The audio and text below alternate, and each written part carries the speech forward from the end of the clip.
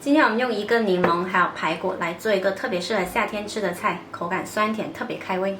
排骨我们先用淀粉抓洗去血水，加2勺，再来一点点清水，先抓一下，这样的干抓，然后再放点水去洗。用清水多漂洗几遍，漂洗到排骨的肉变白就可以了，把水挤去。排骨沥干水了，我们来腌制一下，加入蒜片、1勺生抽、少许盐、一点点胡椒粉增香，再来一点点白糖，最后加入1勺淀粉，先搅拌均匀，然后我们再来一点点食用油锁住水分，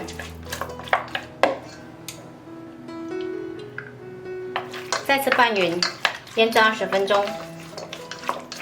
趁这个时候，我们来处理柠檬，把柠檬切成2半。取一半，把柠檬汁挤出来，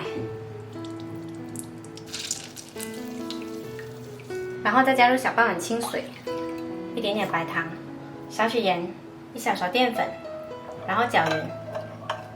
另外一半呢，我们把它切成块。挤去汁的另外一边呢，我把黄色的这一点皮取下来，等我切成细丝。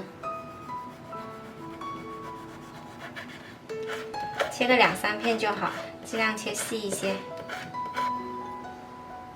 再准备一些红葱头跟葱段。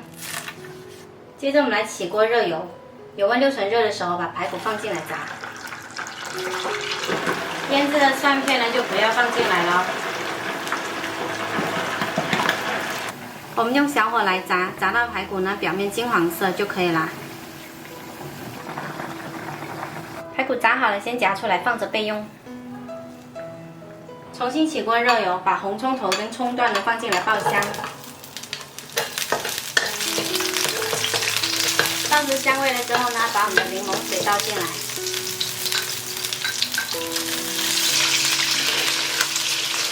先煮开。煮开了之后，把我们的排骨放进来，快速翻炒。接着放入柠檬，再翻炒几下就可以出锅啦。收汁了之后呢，我们把这葱段夹掉。好了，可以出锅。